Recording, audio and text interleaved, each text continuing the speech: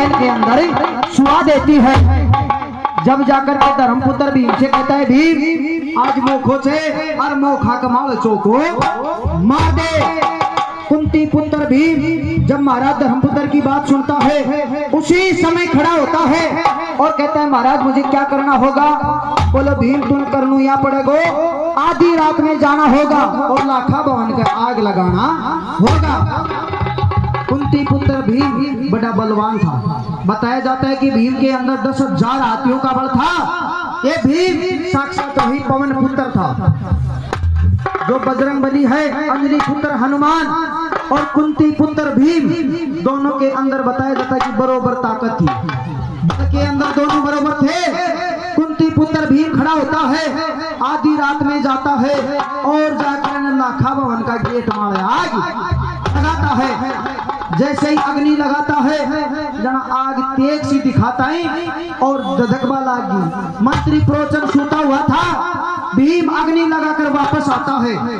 वापस आकर अंदर पुत्र ने बोले, भाई तू खयो जो काम में करायो आप पता करनू के छे?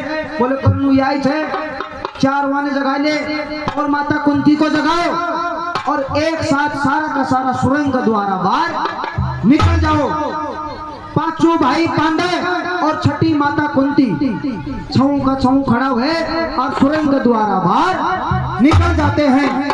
जय बाहर ने निकलता है भीम को याद आ कि बोले, रे भाई गलती होगी, भाई धर्मपुत्र गलती हो गई। बोले गलती क्या होगी? और बोले यार मेरी गदा महल में ही रहेगी। जो मेरी गदा थी कुमोदनी गदा, भीम की गदा का नाम था कुमोदनी। बोले मेरी कुमोदनी गदा इसी लाखा भवन में रह गई है। ये भाई धर्मपुत्र अब उनको लो बता मेरी गदा ने कहीं से वापस ले आऊं। जब वो धर्मपुत्र सत्यवादी धर्मपुत्र और एक भीम से कहता है कि भीम दोनों हाथ जोड़कर अग्निदेव से प्रार्थना करो ताकि अग्निदेव आपको जाने का रास्ता दे दे। तब एक दोनों हाथ जोड़कर और कुंती पुत्र भीम उस अग्निदेव से प्रार्थना करता है। तो क्या तो कह रहा था और किस प्रकार से वो अग्निदेव कुंती पुत्र भीम की अर्जी सुन रहा था।